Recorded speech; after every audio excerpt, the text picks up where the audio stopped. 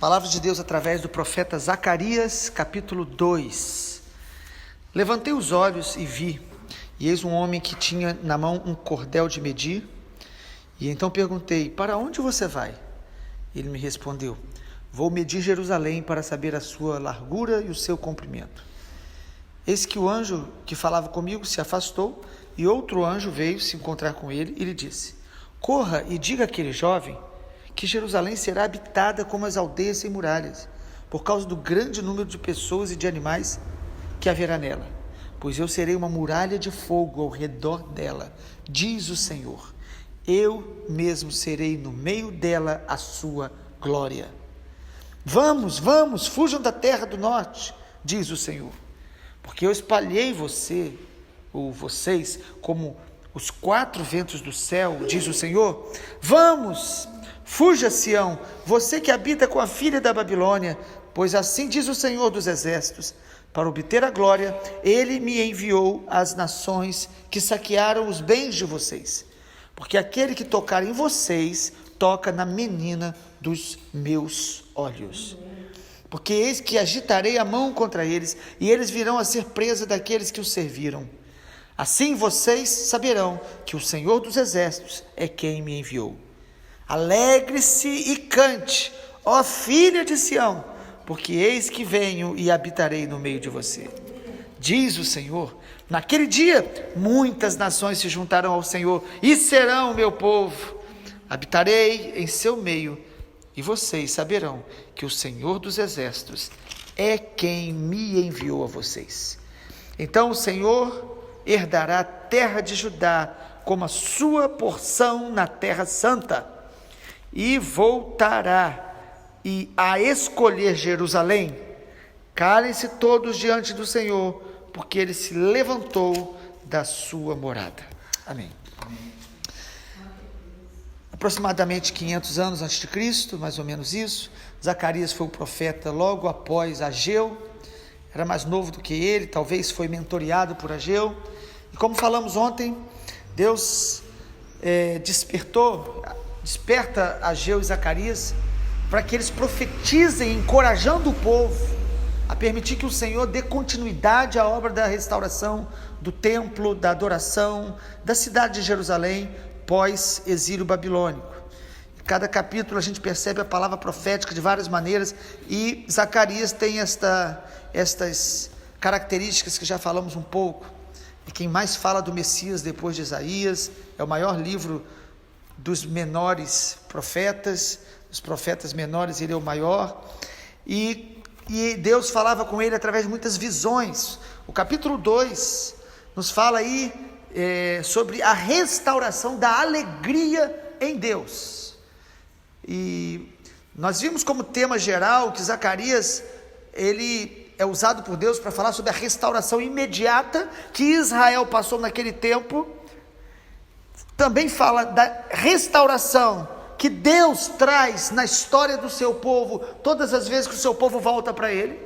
Mas Zacarias deixa claro que a restauração plena será a restauração na volta do nosso Senhor Jesus.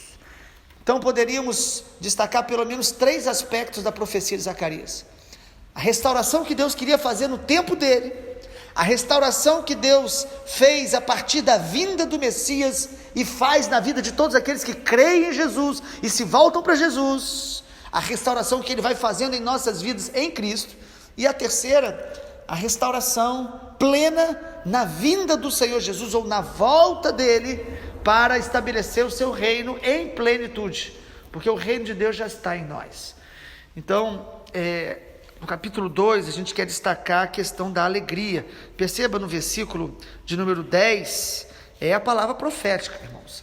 Isso aqui não é um homem querendo, de alguma forma, motivar o outro a ficar feliz. Não é autoajuda. Olha o que Deus está dizendo. Deus está dizendo: alegre-se e cante, ó filha de Sião. Deus está dizendo que era tempo deles recuperarem a alegria, porque eles já estavam parados. Aquele templo que eles começaram, quando eles voltam da Babilônia, eles começam com ânimo, com uma certa alegria. Não é difícil a gente começar algo com uma certa alegria. Às vezes começamos projetos, ministérios, relacionamentos, amizades com alegria. A questão é perseverar nessa alegria, conservar essa alegria. E Zacarias aqui está dizendo: alegre-se. Quando nós estamos realmente alegres, a gente não mede esforços, a gente busca, a gente faz propósitos com Deus. E uma das maiores marcas do reino de Deus em nós, se você quer ser bem honesto, se você quer ser coerente com você mesmo, uma das maiores marcas que estamos cheios do Espírito Santo é a alegria do Espírito Santo. A Bíblia fala: o reino de Deus não é comida nem bebida, mas é justiça, paz e alegria do Espírito Santo. A Bíblia diz que o fruto do Espírito é amor, paz, alegria, mansidão, domínio próprio, alegria no Senhor. E é essa alegria que o Espírito Santo aqui está liberando esta palavra, e que exige da gente também uma decisão, porque se alegrar em Deus é uma decisão de olhar para Ele e de olhar para os feitos dEle. Conhecer os caminhos do Senhor, quem Ele é, andar com Ele, se alegrar nele e se alegrar pelo que Ele está fazendo. Senão nós colocamos os olhos apenas nas coisas negativas, no que ainda não foi feito, ou em nós mesmos, e ficamos nos autoanalisando e vendo as nossas fraquezas e carências. Amados, nós precisamos nos alegrar no Senhor, porque como o Senhor diz através de Neemias, a alegria do Senhor é a nossa força. O povo de Deus, que ficou 70 anos na Babilônia, o povo de Israel, e lá eles desaprenderam a adorar a Deus, desaprenderam a celebrar, eles tinham saudade do templo, e Deus, Ele nos formou para o louvor da sua glória. Deus te criou para se alegrar nele, para se deleitar nele. Estar com Ele deve ser prazeroso, buscá-lo, vida de oração, ler a palavra deve ser algo delicioso. E quem está realmente sensível ao Espírito Santo vai se alegrar cada dia mais em ouvir Deus, em buscar a Deus, em fazer o que Deus manda. Quando Deus chamou Abraão, Abraão andou com Deus e construía altares para adorar o Senhor. Quando Deus chama Israel para sair do Egito, o Senhor diz: deixa o meu povo ir para celebrar uma festa para mim no deserto. Louvar a Deus com alegria, com gratidão. Quando Deus chama a igreja para ser sua noiva, povo sacerdotal, povo que tem intimidade. Amado, a Bíblia diz lá em Atos que os discípulos muitas vezes ficavam possuídos de alegria, cheios do Espírito Santo. E quem está cheio do Espírito Santo tem alegria de pregar a palavra, tem alegria de ajudar pessoas a conhecer ao Senhor e a andar com Deus. Essa alegria profética que Zacarias está falando no capítulo 2, para um povo que estava parado no meio de um processo. Deus vai ativar processos em nós, restaurando essa alegria. E a nossa alegria vem do Senhor, olhando para Ele. A palavra profética então de Zacarias tinha muito a ver com a restauração da adoração. Ageu falou muito sobre a questão da oferta, como que eles deveriam priorizar mais a casa de Deus e investir mais tempo e recurso para a edificação da casa. Zacarias vem e diz: olha, vocês precisam adorar ao Senhor, vocês precisam celebrar ao Senhor. Por quê que a adoração ela é tão essencial? Porque a adoração restaura em nós intimidade com Deus, a nossa identidade e o propósito da nossa vida.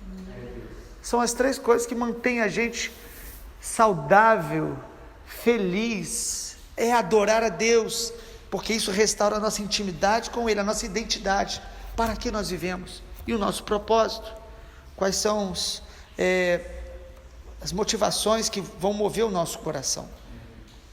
E há três razões aqui para a gente poder se alegrar no Senhor que Zacarias vai nos dar. Capítulo 2 de Zacarias, ele diz que ele levantou os olhos, ele viu um homem ali medindo Jerusalém. É uma linguagem profética aí do anjo, mostrando que ele estava olhando, observando tudo o que estava acontecendo.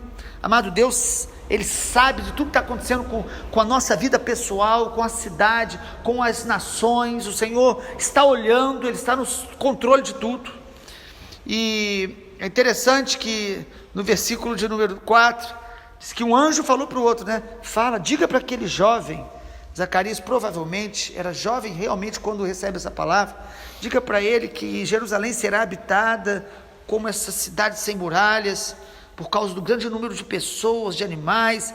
Deus está falando para Zacarias o seguinte: o que você está vendo agora não define o que Deus vai fazer. Deus vai multiplicar, Deus vai ampliar, Deus vai restaurar, sabe? Nós precisamos nos mover em fé, amado.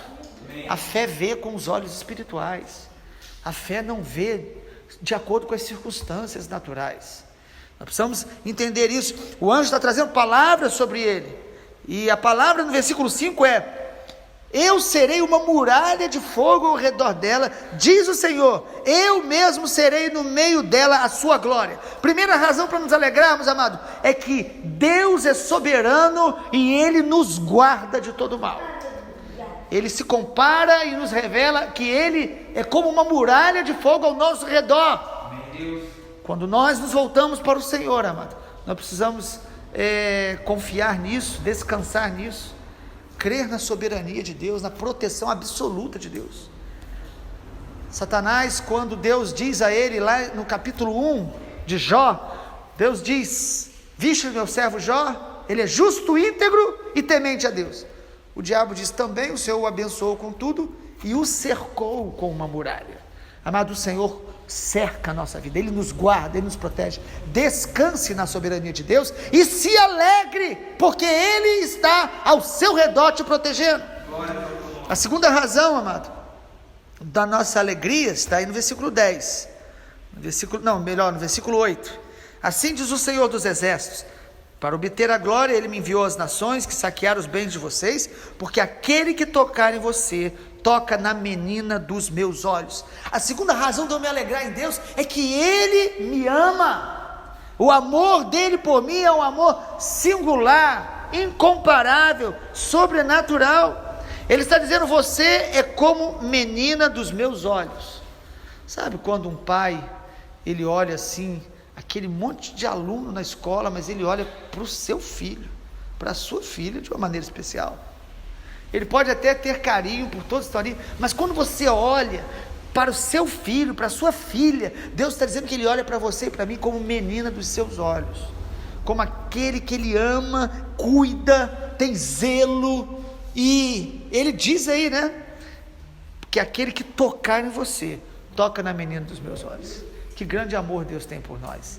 Isso deveria encher o nosso coração de alegria, o amor dele entre nós. Terceira razão para a gente se alegrar no Senhor, aí sim, versículo 10: alegrem-se, cante, ó filha de Sião, porque eis que venho e habitarei no meio de vocês, diz o Senhor.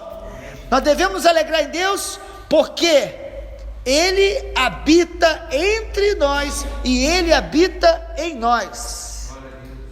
O Senhor está entre nós. O Senhor habita em nós pelo Espírito Santo. Isso é uma realidade. Isso não é apenas uma fantasia, um pensamento, uma imaginação. Quem tem o Espírito Santo sabe que tem. O Espírito Santo nos ensina, o Espírito Santo nos consola, o Espírito Santo nos corrige, Ele fala através da palavra, Ele fala a nossa consciência, Ele vai mostrando para nós quando nós tomamos decisões erradas, e Ele traz arrependimento. O Senhor está dizendo aqui: se alegre, porque eu venho e habitarei no meio de você. Quando Deus fez isso? No tempo de Zacarias, Ele veio com a presença dEle, com a glória restaurando. No Novo Testamento, o Senhor vem através do seu Filho e tabernaculou entre nós, e agora nós temos acesso à presença do Pai pelo sangue de Jesus. Ele habitou em nós, mas na nova aliança Ele derramou o seu Espírito Santo. O Espírito Santo habita em nós. Acordar todos os dias e trazer isso à memória já deveria encher o nosso coração de alegria, porque nós vamos viver esse dia na companhia dEle. Ele em nós, o Espírito Santo em nós, Cristo em nós, a esperança da glória. Alegre-se, cante, ó filha de Sião, porque eu venho e habitarei no meio de você, diz o Senhor. Ou seja, Ele habitará no nosso meio, mas Ele habitará em nós. O versículo de número 10 ainda diz isso: habitarei em seu meio e vocês saberão que o Senhor dos exércitos é quem me enviou a vocês. E aí, em último lugar, nós devemos nos alegrar no Senhor. Por quê? Porque nós temos o privilégio de proclamar a glória dele para todas as nações.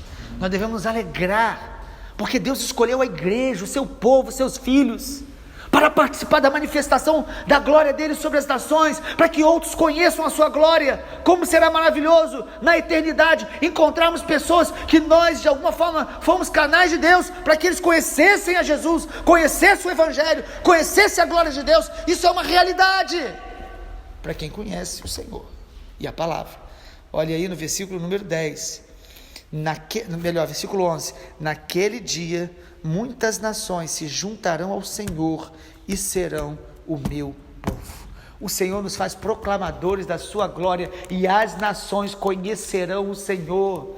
Isso deve nos alegrar. Nós hoje temos acesso, através de toda a tecnologia, a observar um pouco do que está acontecendo em algumas nações, das mais de 200, pelo menos 200 países, porque quando a Bíblia fala de nações, ele está se referindo a etnias, e aí seriam milhares.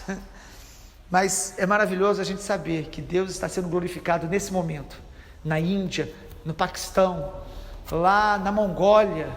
Deus está sendo glorificado nesse momento, lá em Timor-Leste. Há servos e servas de Deus em todos os povos, e Deus está fazendo isso, e quem é do Senhor deve se alegrar de poder participar desta manifestação da glória de Deus sobre as nações.